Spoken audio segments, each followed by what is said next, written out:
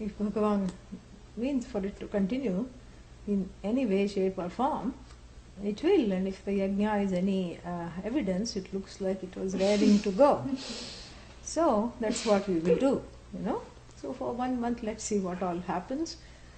And maybe a lot of things will happen, or maybe nothing will happen, which is also a good thing, because that's what we want.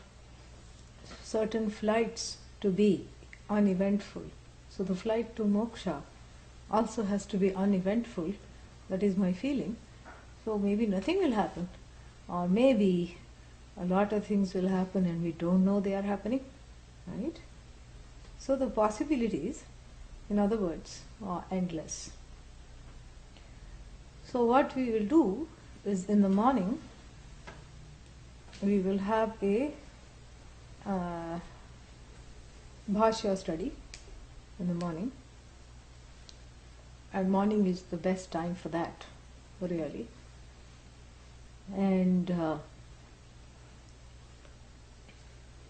then this time at 4 o'clock we will have Bhagavad Gita, and then we will, like I said, let a few days go by. Let's see if we survive this, and then we'll see what to do about Sanskrit. Okay?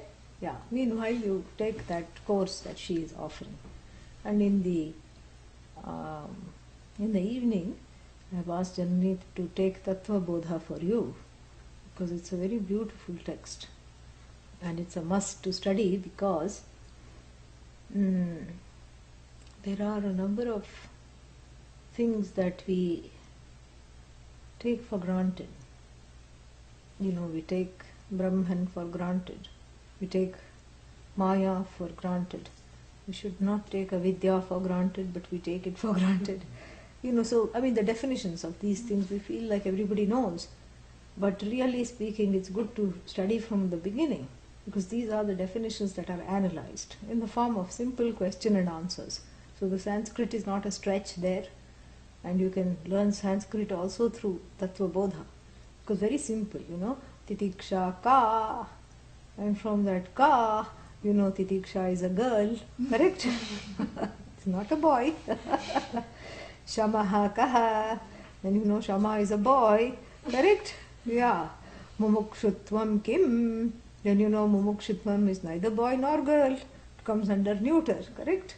And then so these question answers are very attractive form of learning, because they help understand things properly.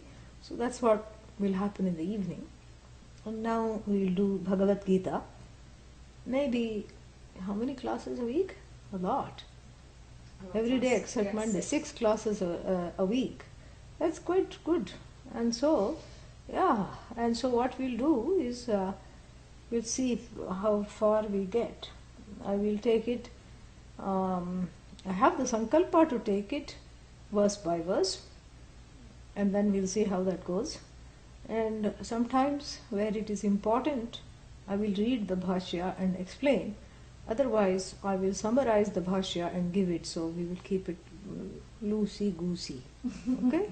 Yeah. But even if I'm not reading the bhashya, rest assured that what you are getting is the bhashya. Okay? Om Sahana Vavatu Sahanau Bhunaktu Saha Viryam Karavavahai Tejasvinavadhitamastu ma vidvishavahai. Om Shanti Shanti Shanti. Since this is the first class, we'll chant the Dhyana Shloka. Om Parthaya Pratibodhitam Bhagavata Narayanena Swayam Vyasena Grathitam Purana Munina Madhye Mahabharatam Advaitamrita Varshinim Bhagavatim Ashtadashadhyayinim त्वामनुसन्दधामि भगवद्गीते भवद्वेषिणी। नमोऽस्तु ते व्यासविशालबुद्धे फुल्लारविन्दायतपत्रनेत्र येन त्वया भारततैलपूर्णः प्रज्वालितो ज्ञानमयप्रदीपः प्रपन्नपारिजाताय स्तोत्रवेत्रैकपाणये ज्ञानमुद्राय कृष्णाय गीतामृतदुहे नमः। सर्वोपनिषदो गावः दोग्धा गोपालनन्दनः पार्थो वत्सः सुधीर्भोक्ता दुग्धं गीतामृतं महत्। वसुदेवसुतं देवं कंसचाणूरमर्दनं देवकी परमानन्दं कृष्णं वन्दे जगद्गुरुं। भीष्मद्रोणतटा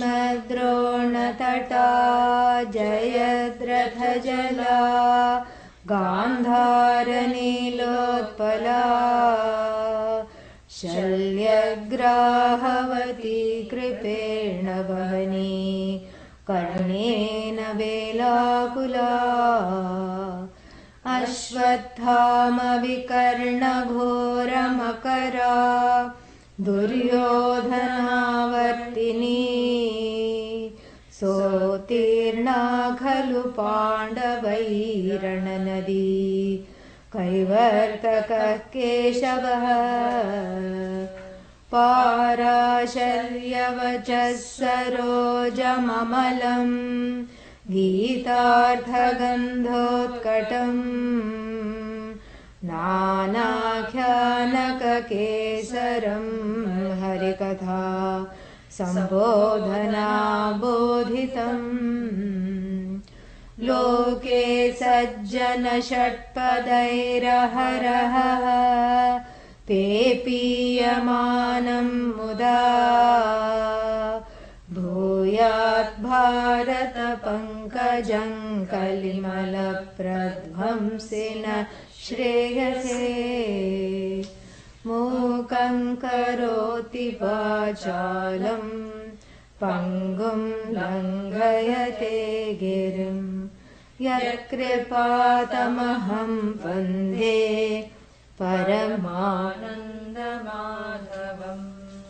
यं ब्रह्मा वरुणेन्द्ररुद्रमरुतः स्तुन्वन्ति दिव्यैः स्तवैः वेदैः साङ्गपदक्रमोपनिषदैः गायन्ति यं सामगाः। ध्यानावस्थिततद्गतेन मनसा पश्यन्ति यं योगिनः यस्यान्तन्न विदुः देवाय तस्मै नमः। देवाय तस्मै नमः। ओम।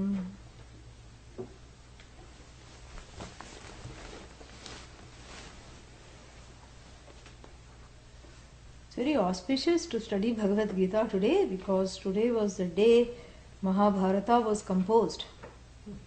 Yeah, today was the day Ganesha broke off his task to take dictation, because Vyasa was having to think faster than he could write. So he said, Ganesha, come. Ganesha normally doesn't come to anyone. This is Vyasa calling. Ganesha cannot say, I'm going to take a message and I'll get back to you later. Ganesha immediately obliged by saying, here I am, what is it you need? Take down the dictation. And it's very interesting because it's all about 18 the number 18. Mahabharata has 18 chapters, and the meter also has 18 verses, syllables. And it's very interesting because the resonance of the meter and the number 18 is Jaya. The meter is called Jaya. Jaya means victory. Yeah. And what a day to start. And of course it was victorious because it was completed. Of course it was victorious also in the sense that the good prevailed over the not so good, both within and without. And of course it was victorious because more than the work getting completed, it is available to us now. That is perhaps its greatest victory. That is the Bhagavad Gita's greatest victory. That it is this Ashtadashadhyayini, this she of the 18-limbed goddess in the form of the Bhagavad Gita is actually available for us to study just as it was. Just as this Upadesha. Bhagavad Gita means Upadesha. Upadesha means teaching. That's all it is. It's teaching. Just as this teaching was available for Arjuna, so many, 5,000, after that we stopped counting, 5,000 plus years ago it was available. So too it is available today for all the Jignasus, for all the Mumukshus who are in Arjuna's condition. What do you mean by saying who are in Arjuna's condition? Who is not in Arjuna's condition? Huh? Who is not in Arjuna's condition? Who doesn't have doubt?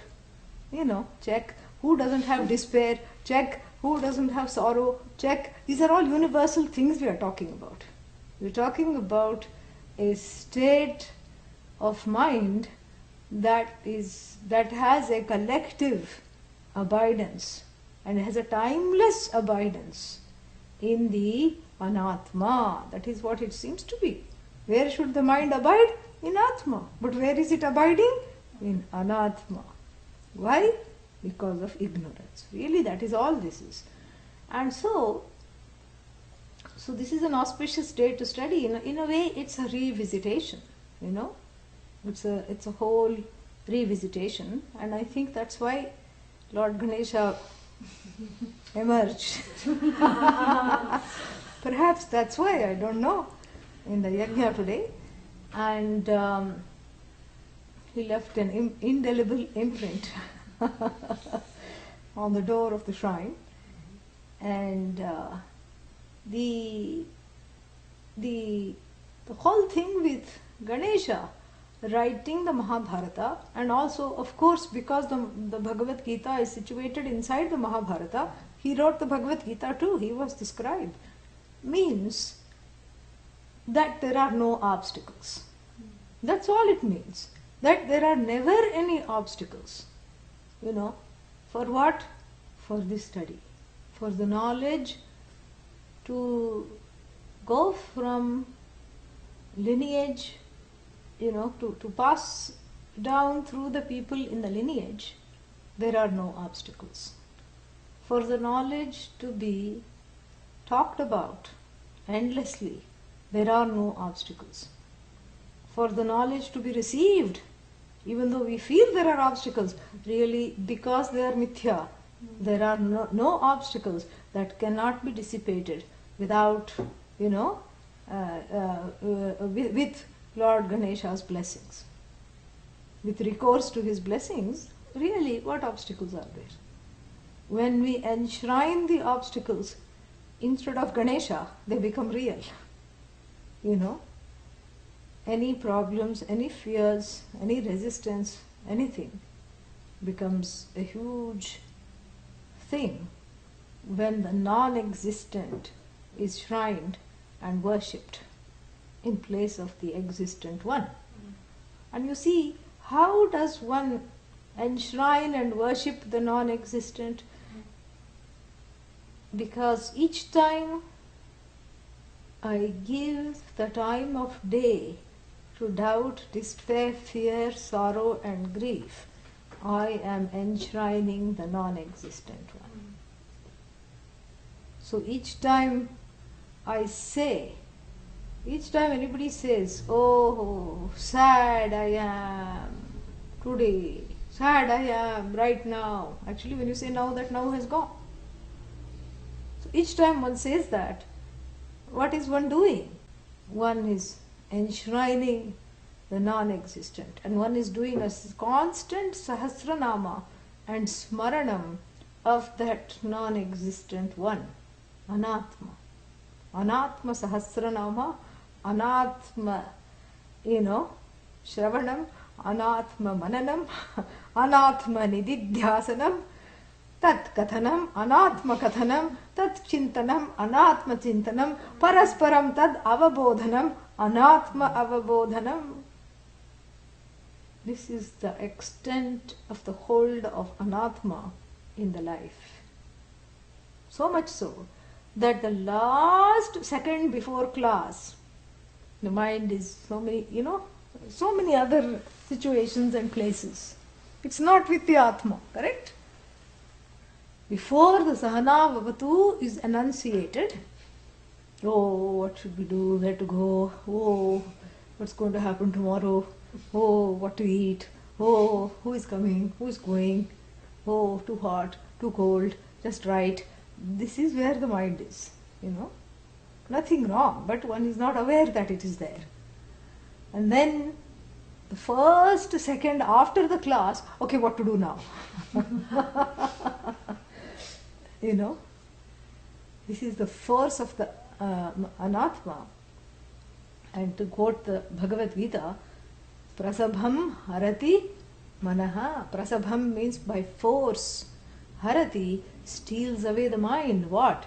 This Anatma alone. Sanatma alone steals away the mind. And the mind whose natural desire is to be free, not by going out of the house, by being where one is, free enough, to be trapped in a small little body, in a complaining mind, and in a senses that drive one senseless. Free enough to abide in that with contentment and without second guessing. That is the freedom, and that is something natural to want, and it's the natural state of the jiva, of the person, to abide in this. But because of the presence of ignorance, and further more than the presence of ignorance, the offshoot of ignorance, the ankura. So, bijam samsriti bhumi jasya tu tamaha. This ignorance is the seed of samsara. What is the shoot of samsara? Dehatma dhihi ankuraha. Dehatma buddhi. Meaning I am identifying with that which I am not. Why? Because I don't know what I am. Simple. So because I don't know what I am, I take the next step and become very imaginative to associate with everything that's finite, because that seems to be the logical conclusion. This is not about logic. That's the beauty of this knowledge.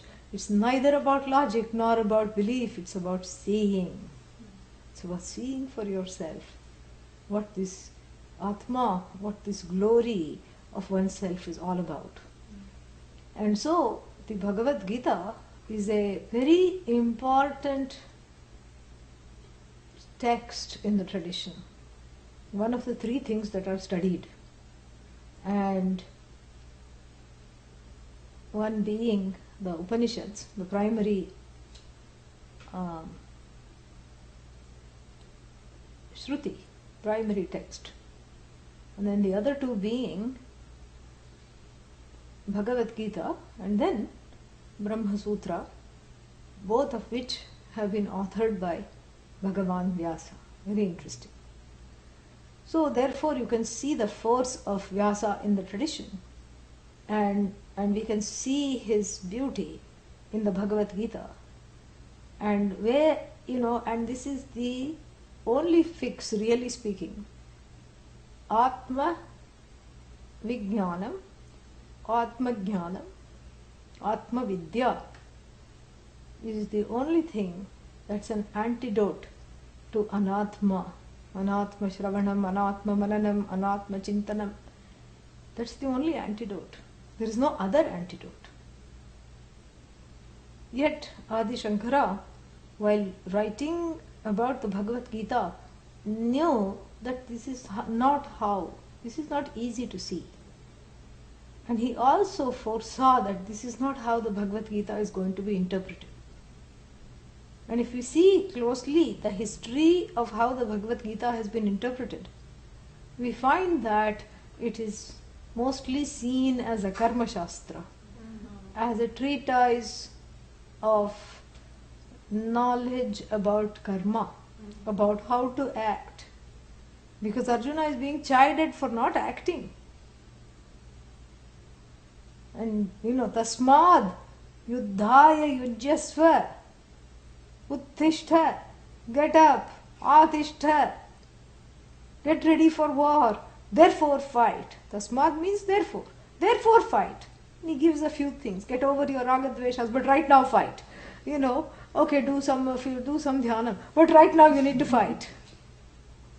All right, this is how you gain the Atma, but right now you need to fight. And you see, this leaves Arjuna in confusion.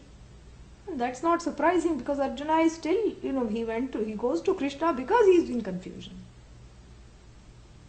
But it has left all the people who have studied the Bhagavad Gita without Adi Shankara's Bhashya confused. And even in Adi Shankara's time, he was battling these two kinds of people. One who say that through karma you get moksha. How? You keep doing what is correct. And this is what a lot of people even now, it has such an abiding presence, this thinking. Even now you ask people, you ask a lay person in India or anywhere, what is the message of the Gita? What will they say? Do your duty, don't expect anything in return. Nothing about freedom. Nothing about, jnanam. It's all about doing. Do your duty without expecting anything in return. Adi Shankara is very skeptical of this line of thinking. And he says, prayojanam anuddishya mandopi karmani na pravartate. Even a dull fellow will not do karma without expecting something in return. What to talk of the rational beings? He does khandanam of this. He criticizes this completely and thoroughly right from the beginning. But still, despite his incisive commentary on the Bhagavad Gita, and despite the Vedantic tradition trying to dispel all these other interpretations, these kinds of misunderstandings of the Gita still preside in the popular imagination. So we have this one particular strain of thought. Two strains common are there. There may be other minor ones, but I will only be addressing two. The first one I have mentioned is that it's all about karma. Arjuna was confused because, and this is such a static view of the Gita, Arjuna was confused because he had to kill his relatives, and he didn't want to kill his relatives. Naturally, who wants to kill their relatives? And then he went to Bhagavan, and Bhagavan said, you have to kill your relatives. Why? Because that's the right thing to do. And then because I'm telling you to kill them, I'm Bhagavan, so if you listen to me, nothing will happen to you, and you will be fine, and you will go to heaven, which is equal to what? Moksha. Yes. Hato va prapsyasi swargam. You will get swarga. Jitva va bhokshase mahim. So, if you, in either case you are fine, Krishna says, if you are killed in battle, you go straight to heaven. No stopping on the way, Sound barrier jet will take you. Yeah, what was that called? Concorde. Concorde will take you. We are making a new one now. So the new Concorde yet to be made is being tested out from earth to heaven trial flights. So you will be put in that, and you will just break the sound barrier and go, without even your ears going pop. You will go there. Jitva va, or va, jitva, if you win and you are not killed, you can end up killing him. Bhokshase, you will enjoy this earth, this kingdom. So in other words, if you do your duty, all you get is enjoyment. This is what they will quote. So just shut up and do your duty. Don't look this side, don't look that side. And in fact, this is a dangerous philosophy because it's also an oppressive philosophy. Who is telling who to do duty? Is everyone a Krishna? Is everyone Lord Krishna? Lord Krishna told Arjuna because he had the position of both Bhagavan and Guru. So here who is telling who to do the duty? The significant other is telling the insignificant other to do the duty. You have to just keep quiet, just accept the karma that comes. Even if it includes me beating you, so that I can be happy. And you have to accept what comes. Do your duty without expecting anything. And no wonder, this is a dangerous philosophy. And no wonder the Westerners, when thinking about Hinduism, are confused. Hindus themselves are confused. The Westerners are even more confused. When the Westerners say that this Bhagavad Gita is a passive breeding ground of what? Passivity. Whatever happens, you say, So you're not an agent. You have to dedicate all your actions to. You have to say that I'm not an agent. Whatever comes, comes. They don't even bother about this Ishvara. You have to dedicate your actions. Doesn't matter to whom. To the universe, they will say. Usually they use the universe to substitute for Bhagavan. Another problem, but we don't have the time to go into that now. So, this is something very interesting. So, passively you have to accept. So, they say karma breeds passivity. And so, here you're not an agent. What are you? A victim of other people's omissions and commissions. And so, other people get to be agents. They get to walk roughshod over your ragadveshas. Here you are quietly sitting and managing your ragadveshas. Are other people doing the same? The answer is what? No, they are not. In fact, they want to take advantage of you. The more you fine-tune your ragadveshas and weed all of them out and keep only a few and keep them pending and suspend. First keep them pending and keep them suspended and all these things you do and eliminate them. Who is the loser? You are the loser. Because look at the world, who is getting ahead? The one with the most ragadveshas are getting ahead. So really speaking, so the versions of this theory, Western or Eastern, are all about having goals and pursuing those goals with vigor and with urgency. Why? Because that's the right thing to do. But here, this theory, if it can be called that, or this philosophy, conveniently forgets the fact that who is the enforcer of either the goals or your ambitions or the fact that you are pursuing them. Who is the enforcer here? Who is enforcing the correct way of pursuing? And you cannot become another person's police. Correct? Correct. And here this is a problem because, if the whole thing is to do your duty, who is going to define those duties? Who is going to define those duties? Washing dishes is your duty. How? Who decided that? I decided. Why did you decide that? Because I don't want to wash the dishes. I don't like washing dishes, so therefore it becomes your duty. You see what I'm saying? So this is very dangerous. It is coming on the level, on the brink of a lot of danger because it requires a kind of a police. And in the Hindu tradition, we have encountered this too. Because we have some problem here. And what is the problem here? The problem is, how do you know what your Swadharma is? Now, this is a very rampant problem. And this is a problem because you are trying to look at Swadharma in a vacuum out of context. You are not looking at Swadharma in the trajectory of the whole Dharma. Samanya Dharma, Vishesha Dharma, Swadharma is a small part of the whole thing. And it's all about being flexible and being in that flexibility. Because Samanya Dharma is not up for interpretation. But Vishesha Dharma and Swadharma are constantly being renegotiated. Correct? Depending on one's ashrama, And depending on one's goals in life, the Swadharma can change. That they conveniently forget. The Samanya Dharma, you can puddle that. Swadharma is written in stone. Crazy. So this karma theory that the Bhagavad Gita is expounding karma has got an abiding presence in all minds, especially the writers of the 1920s. There was a big resurgence in India, and starting with all the freedom fighters and some Swamis too. The Swamis jumped into the fray because we were going through some that's what I mean by Swadharma. It's not the Swami's Swadharma to go fight, but that's what I mean. We were going through hard times, and the Swamis also stood on the side of justice. And there was one very interesting Karapatra Swami, and he was a Shankaracharya of some Pitha, I forgot now, and his real name was Swami Hariharananda, but he had a begging bowl in the hand. So Kare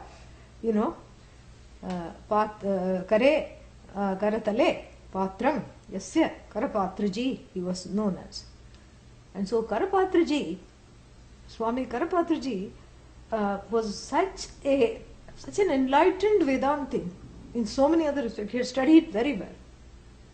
And then he wrote a book just to inspire the people to say that Gita is about the doing. He did not mean that Gita is about doing, but he just wrote something just to inspire the people. And that caught on like fire. And a lot of other freedom fighters came out saying that Gita is a treatise on karma. Lokamanya Tilak. Bal Gangadhar Tilak. And what is this Lokamanya Tilak? This Lokamanya Tilak was a freedom fighter, a Hindu freedom fighter, who said that this is what we have to see in the Bhagavad Gita. We have to take this message. And the Gita helped, Gandhiji was also an expounder of the Gita. He used it as an oracle. If he wanted something, he would close the eyes and go like this, and then go put his hand on a verse and then do whatever it said, And again, he would have to interpret it to the question he asked. So like this, during that time, whatever works came out gave an additional buttress to this whole karma theory. That really what you need in life is to be a good person, good in the sense of a dharmic person, an ethical person who strives to be in acceptance of what is. Nothing wrong. But the only thing is, it's partially correct. And half knowledge we know is dangerous. So that is one particular theory that was also very prevalent, must have been prevalent in Adi Shankara's time, because he forcefully comes out and says that this is a moksha shastra, not a karma shastra. He says it right in the beginning of the Bhashya. And the second theory were these people who did not want to offend anyone. So, ye bhi theek hai, wo bhi theek. Little bit of karma, little bit of jnanam. Who does it hurt? No one. On the same plate. Like mint chutney, and then what is the other chutney? Tamarind chutney. So the tamarind chutney and mint chutney together, little bit of this, little bit of that. Everyone is happy. The palate is confused but happy.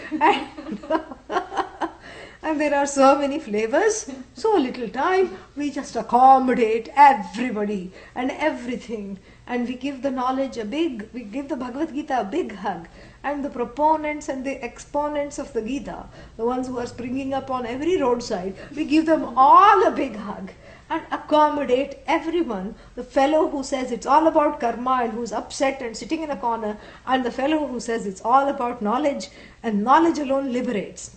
Why don't you all get along? Why just sitting in two corners like this, fighting from generations? We will make you get along. Come on, say sorry to each other, shake hands, and then we'll give birth to a new philosophy called, what is it called? Jnana. Say it. Jnana, karma, samuchaya. Samuchaya means one touch of tamarind chutney, one touch of green chutney. And then everybody lives happily ever after. And the proponents of this theory are very clever because they come from a very friendly place, because they say that, look, why are we arguing over this? What is this? We don't see any problem.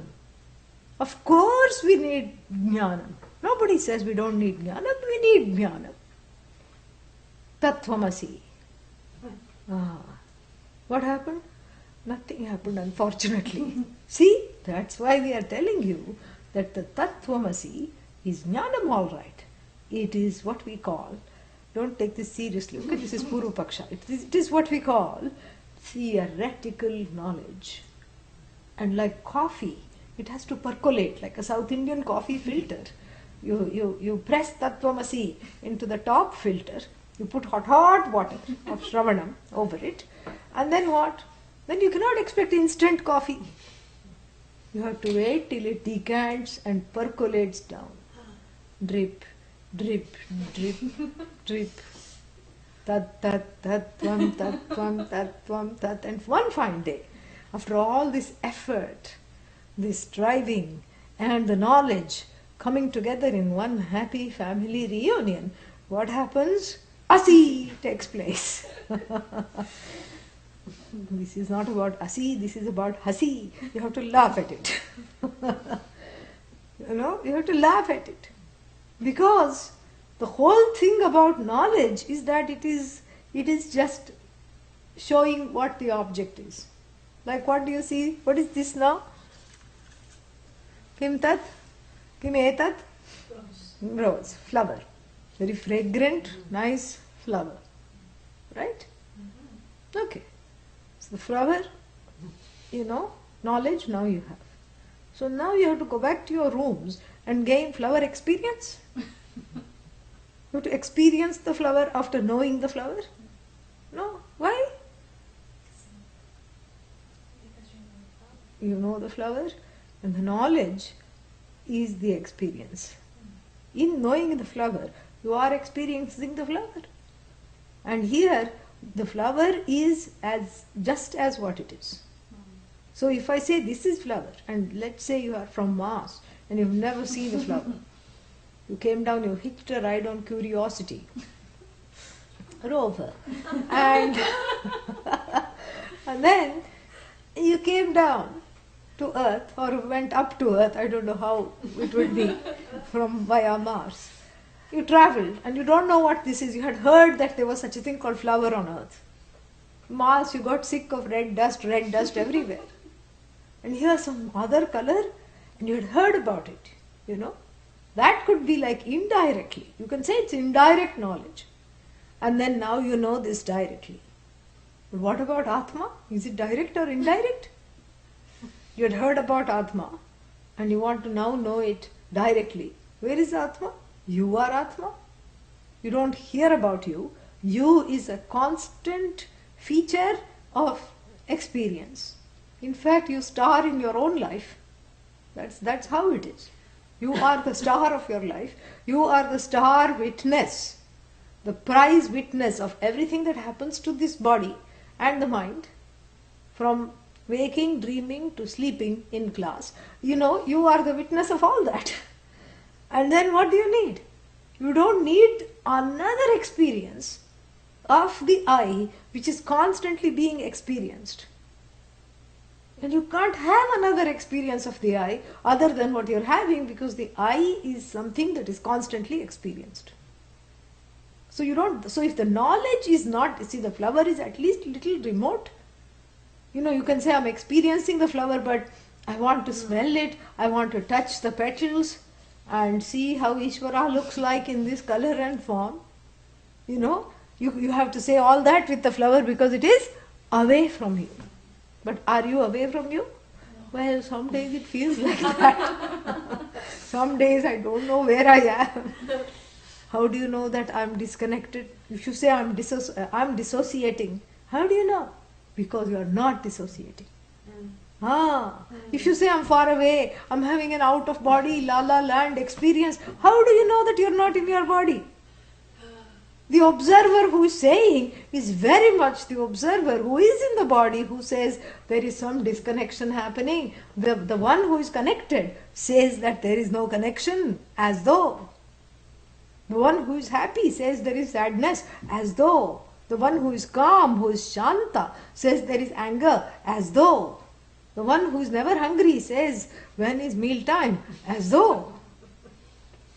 That Purna says there is a sense of lack, as though. So really speaking, when are you not, experiencing the Atma? Oh, in sleep. In sleep also you are experiencing. Why? Because the next day you will say, I don't remember snoring. You were snoring. No, I was not snoring. No, you were snoring. Well, I don't remember snoring. When you say, I don't know I was snoring, that means what? That I know that I don't know is the constant. And that constantly experienced Atma cannot be a subject of a special experience after Atma Jnana. You see? So therefore, when I say this is rose, you will see the color, you will see it as it is, you will not see it as it is not. You will not say, oh, blue rose. No, it's not blue, it's yellow, it's very evident. So the knowledge is that which doesn't distort, that which is a constant source of experience. The I being what we call self-revealing, self-effulgent, advertising, the light of all lights, that awareness which is constant, to which everything becomes an object, itself always the subject. That I alone is the subject matter of the Bhagavad Gita. And that I, once its nature is revealed. The problem is that it's not that I don't know the I. I know I am. But don't ask the next question. What is the next question? Who am I? Don't ask. Because the answer that comes is you are an idiot. Yeah. Donkey. Why? Because somebody called me donkey when I was small. Monkey. You monkey. And so, and the parents are not careful. They need an outlet. And the child becomes a favored outlet. Yeah. And in South India, this is very shocking. I went to somebody's house. They said, Prarabdha, come here. Ayyo, Prarabdha. If the child does something bad, bad from the point of the adult. Poor thing, what will it do? It just broke something. That's all, It broke something expensive. And and somewhere they had got some, I don't know what do you call this? That flower vase. So this flower vase was there. It had some real gold painted on it, supposedly from Italy, very costly, $300 or something. And it jumped practically on that table where the vase was kept, and then it shook, and then it jumped again, bringing the vase down, and was looking very fascinated. Oh, I did that? Oh, the child is 2, 3 per maximum. And is looking very fascinated. Ayyo, karma, the mother said. Ayyo, prarabdha. You are my prarabdha. You are the embodiment of my prarabdha. In other words, you were only born because I had bad karma. So when somebody is called prarabdha, they are not saying you are good karma. You are bad news. So you are actually my bad karma. That's why you have caused such a loss. Barely 2 years after you came to this world. You are trying my patience. You karmic residue of mine.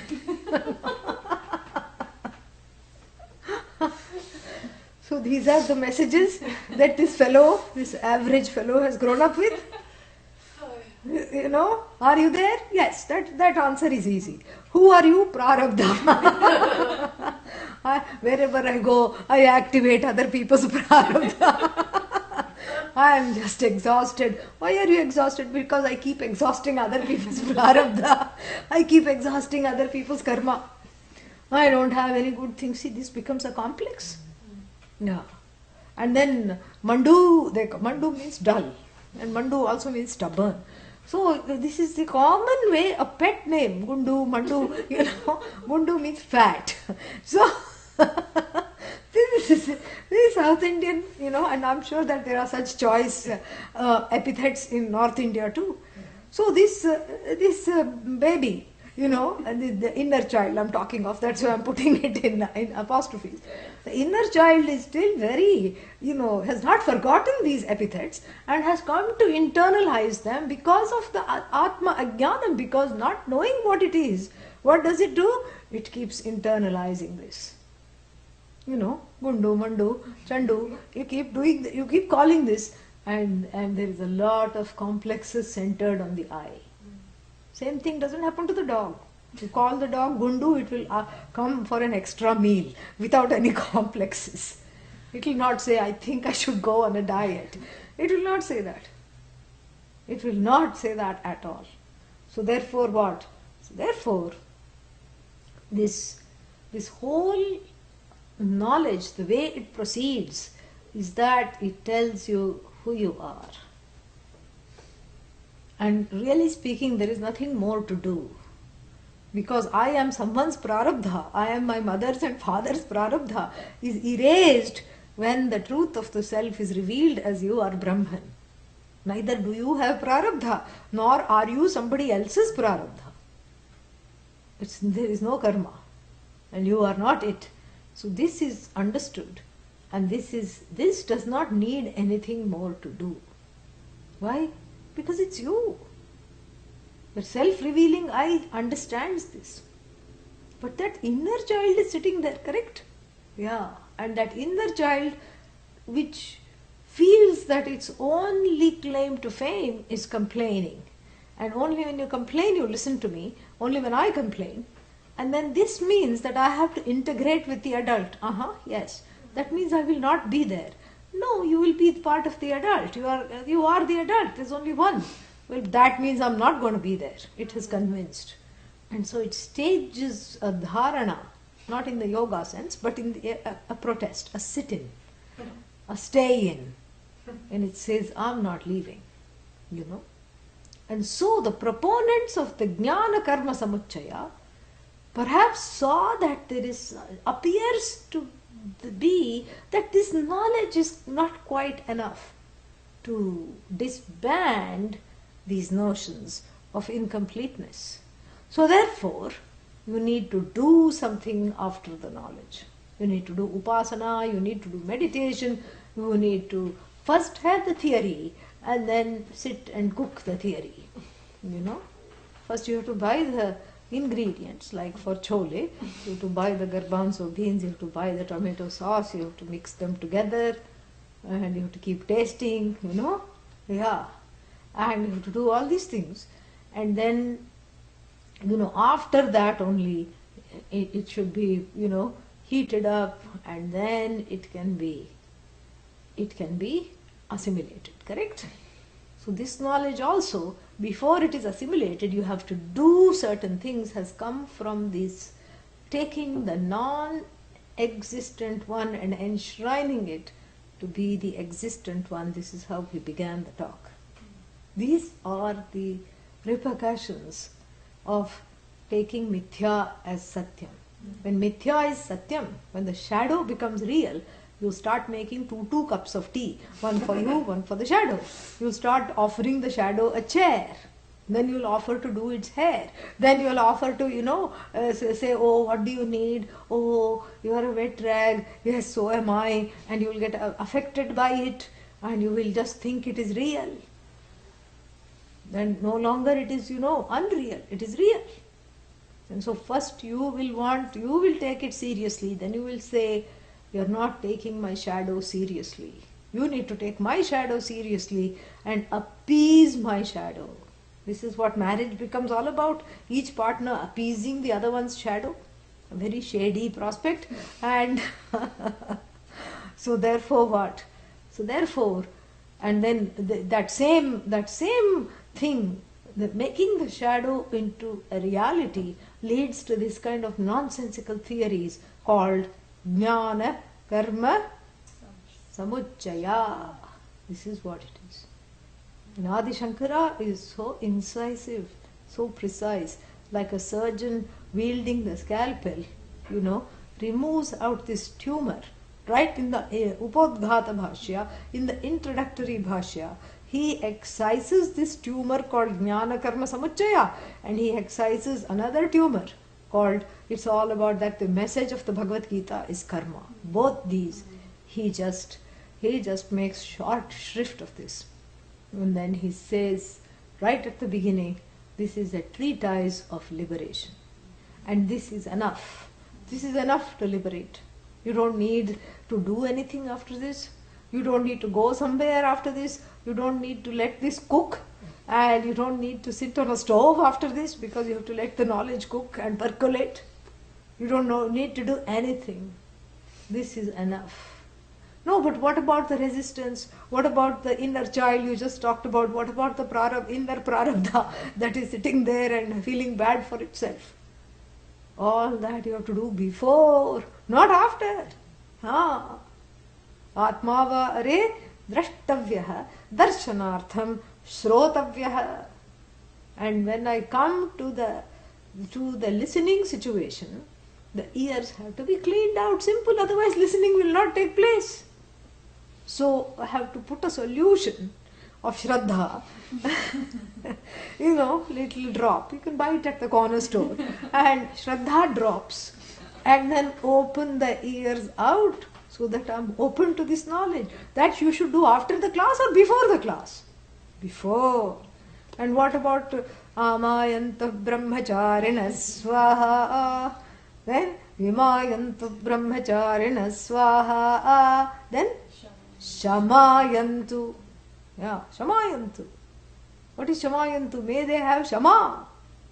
So when? Before the class or after the class? No, after the class I'll practice on Shama. No, you have to come before the class. Because during the class, if there is no Shama, then you will not be able to sit. You will feel like running away or throwing something at the teacher. So that's what you will feel like if there is no Shama. And what is after? Then Damayantu Brahmacharina Swaha. Actually, first Dama comes. First you stop wanting to throw things at the teacher, and then the mind is calm enough to listen, and the Shraddha drops have opened the ears up, and the Titiksha stops one from, what is that? Saying too hot, too cold, uncomfortable, this, that. And then Uparati, letting go of other things to really gain this knowledge. Letting go of all nonsensical things, including, vyadhis of the body and the mind. Once I asked, why didn't you come to class? A few years back, somebody I asked. I didn't feel like it. The whole thing, the whole Shastra is so that you can override these feelings. I didn't feel like it. You summarize now and tell. As though I have no other work. I don't feel like coming to class. I didn't feel like it. Today, should I go to class or not? If you ask the non-existent shadow, what will it say? Don't go to class. Be with me. Give me a hug. I'm bruised. And I'm just all roughed up. Because somebody, hit the ahankara blindsided. And then I'm all just fragile. This is a Western term. This I learnt after coming to this country. Fragile. How are you feeling? Fragile. Like a bone china, cup. I'm very fragile. Therefore what? No Vedanta. And this is how, when one needs the knowledge the most, one turns the face away. The saddest thing in the world. It's very sad. And this is the costs of enshrining the non-existent as existent. This is what happens. And so therefore what? So the Shama, Dama, Uparati, Titiksha, Shraddha, Samadhanam, is something that has to be acquired before coming to the class. Before coming to the class means before committing to this knowledge. But then what happens? This was, this is something iterated again and again in the Upanishads. Shanto, Danto, Titikshuhu, Bhutva, Pravrajet in one place. Yajnena, Danena, Tapasa. in other place. Vividishanti brahmanaha. So vividishanti means veditum icchanti. Veditum icchanti means vividishanti. What does veditum icchanti mean? Huh? Desire to know, vividisha, like mumuksha, jignasa. So jignasanti, same thing. Vividishanti. So they desire to know. How? Yajnena, by doing yajna, means by leading a life of karma, which fruitions into asking the correct questions, which gives a certain emotional maturity and a cognitive ability. And then danena, by giving away things that, by not having a kind of a clutching attitude, where the claws and the paws are open, to giving. And only when you're open to giving, you become open to receiving this knowledge, really. It's all about giving. And then tapasa, through certain physical austerities, getting to a place of becoming comfortable while uncomfortable. This is where one matures to know. These are all the statements that keep coming in the Upanishad. But more frequently, however, the reality is that what happens is that we have that as a model, as an ideal, just like we have ideal type students, like Shvetaketu, after 9 classes he said enough, that's all. 9 times he said, Bhuya eva vijñapayetu bhavan, please tell me this again, I'm loving this, one more class, please, one more class. And after 9 classes he said, Bhavatu eva, enough, I'm done. Got up and left. So we have those ideal students like Satyakama, who said, I know everything. And this was before meeting the teacher, he almost knew everything. And so like this we have the ideal students. And then, but those are ideal type students. Then what are derided is the non-ideal type students. So the ideal type student in Sanskrit is called Uttama, what? Adhikari. Nice try. But Adhikari. Uttama Adhikari. And then the kinds of people who are derided, who keep going around in samsara like a satellite, keep revolving around samsara, is called Adhama, means lowly, Adhikari. So these both are ideal types. They just make up the continuum. In reality, the people are just scattered around this continuum. So nobody, very few people may come here. And hardly anybody is over here, Because if you're an Adhama, if one is an Adhama Adhikari, then they won't come to class. Simple. If you come to class, you're not an Adhama Adhikari. So therefore, this middle range is called Madhyama Adhikari. So that's why frequently Adi Shankara will start Manda Madhyama Adhikari Nam.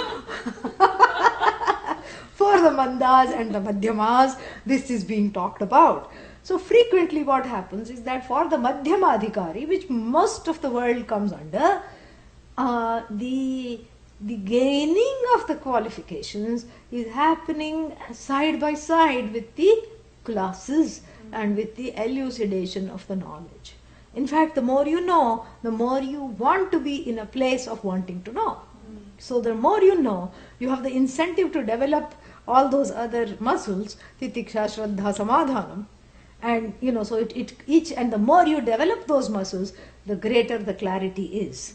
But really speaking, we cannot wrongly ascribe the lack of clarity to needing some work to be done after the knowledge has been imparted. The knowledge is pramana. Just like the eyes, if they are open, what will they do? They will see the rose. If it is existent and if the eyes are open, they will see the rose. Eyes will see the rose. They meaning eyes. Eyes will see the rose. And the eyes will not see them as distorted. If they are working properly, the pramana called the eyes will say this is a yellow colored flower called rose. Simple.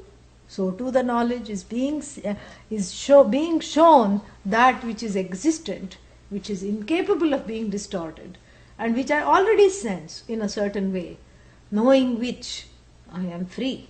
So this is what we mean by Moksha Shastra, and this Moksha Shastra blesses us in many ways, and the study of it is enough to gain moksha. That is what it is. So we'll have a nice, we'll continue with this introduction. Next time I will summarize what Adi Shankara, I've already summarized some of it, and I will take a few other strands that I was not able to cover today and bring that, and then we will see the Dhyana shlokas and continue. Om Purnamadah Purnamidam Purnat Purnamudachyate Purnasya Purnamadaya Purnamevavashishyate. Om Shanti Shanti Shanti. Harihi Om. Shri Gurubhyo Namaha. Harihi Om.